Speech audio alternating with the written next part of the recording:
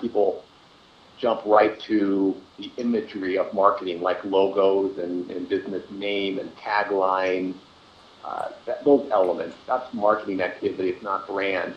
And what brand is the definition of an experience somebody else has with you. Your customers would be the ultimate and obvious example, and the less obvious examples, it should be, are your customers, your internal customers, your business partners. How they define their experience with you is ultimately the brand. Once we know what we stand for, our values, then the marketing and sales activities become easier. And at the end of the day, it's up to us, the owner and the manager of a brand, to communicate effectively with the marketing and communication people to promise the right thing so the brand can deliver what we are saying we're going to do. So first things first, understand who you are and what you stand for. Then you can be effective in your marketing and your networking activities on and offline. Wow, yeah, I think that's an important aspect, and I think a lot of people don't really think about it in those terms. It's like your brand is really, are you delivering what you say you're going to deliver? It's true. It's funny. My background, as you mentioned when you read my bio, is in executive recruiting, and I noticed something right away early in my career, interviewing a brand manager versus a marketing manager. They are entirely different disciplines and people. I might have over-exaggerated when I said entirely like that, but the brand manager is managing the brand. The marketing manager is managing the market. So from that end, I like to get on a soapbox saying that there's no ing in brand. Brand is a strategy, it's something that we participate in. It's patient, it's deliberate, it's raising a kid. And then marketing and other disciplines out there learn how to bring the ing back, communicating, listening, participating with the market and the extension of a brand.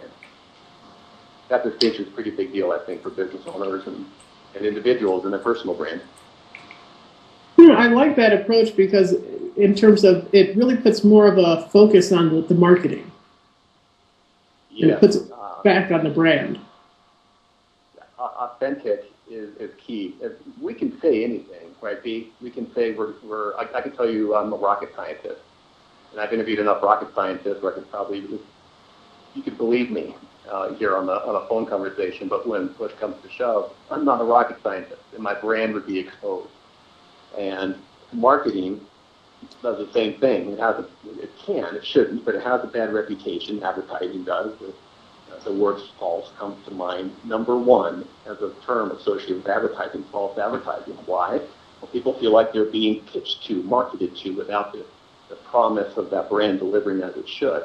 So, first things first, identify what that brand promise is, and make sure we're communicating effectively as an organization online, because we're talking about the online brand. And now our brand champions are saying the right thing. We're creating the experience we want, and the brand should deliver on the expectations we've set. All these things come into place. We have trust. It is authenticity, and setting that tone and delivering in an authentic, genuine, caring manner is really all our customers are asking for. Absolutely. They want to know that, what they get. That they're really going to get what you say you're going to give them. Absolutely. I mean, it's just breaking it down to the most simplistic level. So what is the best way to take classic brand management online? Well, if we go back to understanding and identifying our original core values and competencies, what we stand for as a brand, then we're going to have a better time going online and communicating that effectively. If we're on Twitter, for instance, we have a reason for being on Twitter. We have a reason for being on Facebook, on LinkedIn, on a site like mine, yourbrandplans.com, on blogs, on your blog, on anybody's blog. We have a purpose, a reason for being there. What is it?